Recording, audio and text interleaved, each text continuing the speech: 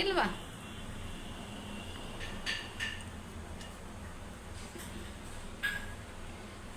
ಇದು ಉಳ್ದೋರಿ ಚಪಾತಿ, ಇವ್ರಿಗೆ ಒಂದು ಸ್ವಲ್ಪ ಎಣ್ಣೆ ಹಚ್ತೇನೆ.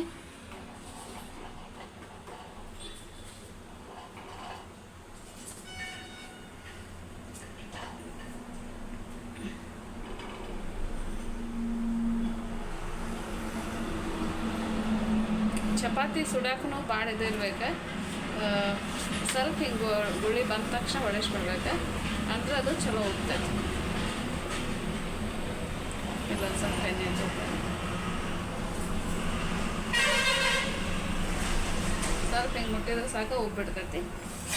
ಈಗ ಬೇಕಿದ್ರೆ ಮತ್ತೆ ಹೊಳಸೆ.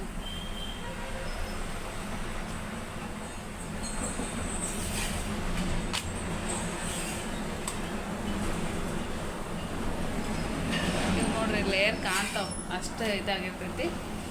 ಒಳ್ಳೆ ಪೂರಿಗತೆ ಅನ್ನಿಸ್ತಾವೆ ಚಪಾತಿ.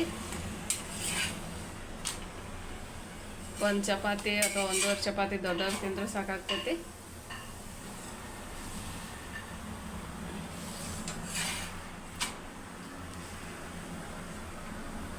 ನಾವು ಫಸ್ಟ್ ಹಿಂಗೆ ಇದು ಬರಲಿ ಅಂತ ಬಿಟ್ಬಿಟ್ವಿ ಅಂದ್ರೆ ಅವು ಇದಾಗ್ತಾವೆ. ನೋಡ್ರಿ ಈಗ ಕಂಪ್ಲೀಟಾಗಿ ಸುತ್ತೈತಿ ಚಲೋ ಚಪಾತಿ.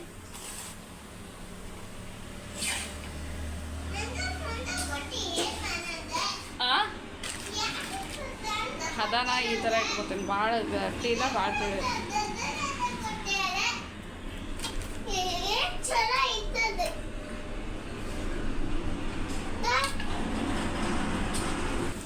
ಚಪಾತಿಗೆ ನಾ ಹಿಂಗೆ ಒಳಗೆ ಒಂದು ಸ್ವಲ್ಪ ತುಪ್ಪ ಹಚ್ತೀನಿ, ಆಮೇಲೆ ಒಂದು ಸ್ವಲ್ಪ ಹಿಟ್ಟು ಹಿಂಗೆ ಹಾಕೋದ್ರಿಂದ ಅವು ಲೇಯರ್ ಒಂದಕ್ಕೊಂದು ಅಂಟ್ಕೊಳಂಗಿಲ್ಲ.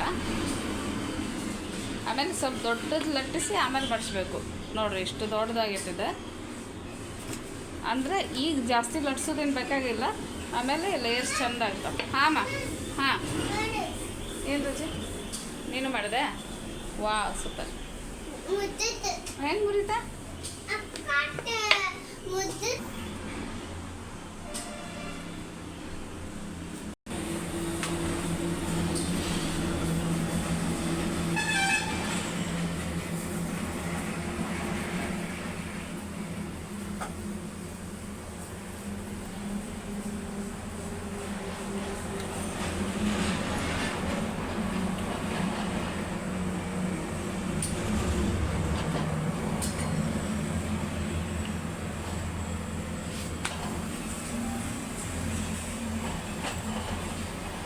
ಇವು ನಾವು ಧಾರವಾಡಕ್ಕೆ ಹೋದಾಗ ಅಲ್ಲಿಂದ ಗೋಧಿ ತಂದಿದ್ವಿ. ಇವ ಚಪಾತಿ ನಂಗೆ ಅವು ಗೋಧಿ ಹೆಂಗಾರ ಇದ್ರೂ ಪರವಾಗಿಲ್ಲ, ಅವು ಪ್ಯಾಕೆಟ್ ಹಿಟ್ಟಿಗಿಂತ ಇವು ಗೋಧಿದ ಇಷ್ಟ. ಯಾಕಂದರೆ ಅಟ್ಲೀಸ್ಟ್ ನಾವು ಗೋಧಿ ಚಪಾತಿ ತಿನ್ನಾಕತ್ತೀವಿ ಅನ್ನೋದು ಕನ್ಫರ್ಮರ್ ಇರ್ತೈತೆ. ಪ್ಯಾಕೆಟ್ ಒಳಗೆ ಎಷ್ಟು ಮೈದಾ ಎಷ್ಟು ಏನಿರ್ತೈತೋ ಗೊತ್ತಿಲ್ಲ. ಆಮೇಲೆ ಒಂದು ಸ್ವಲ್ಪ ಈಡ ಅನ್ಸಂಗಿಲ್ಲ ನನಗೆ. ಇದ್ರೊಳಗೆ 1 kg ಮಾಡಿದ್ರೆ ನಾನು ಒಂದು 4 ಸತಿ ಮಾಡ್ತೇನೆ ಆರಾಮಾಗಿ ಚಪಾತಿ. ಅದ್ರೊಳಗೆ 2 ಸತಿ ಆಗ್ತಾವೆ. ಆಮೇಲೆ ನನಗೆ ಅದು ಇಷ್ಟನೂ ಆಗಂಗಿಲ್ಲ. ಅದ್ರೊಳಗೆ ಪ್ಯೂರ್ ಮೈದಾನ ಇದ್ದಂಗೆ ಅನ್ನಿಸ್ತದೆ ನನಗೆ.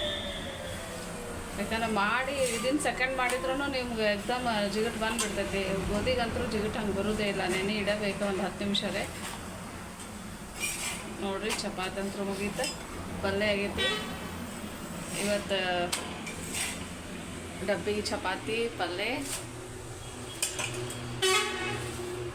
ಆಲೂ ಪಲ್ಯ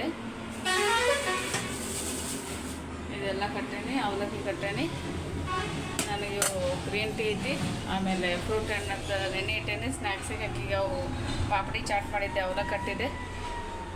ಇನ್ನು ಮತ್ತು ನಾನು ಬೇರೆ ಕೆಲಸ ಎಲ್ಲ ಮಾಡ್ಕೋಬೇಕು. ಇವತ್ತು ಅಲ್ಲಿಗೆ ಮೆಹಂದಿ ಬೇರೆ ಹಚ್ಕೋಬೇಕು.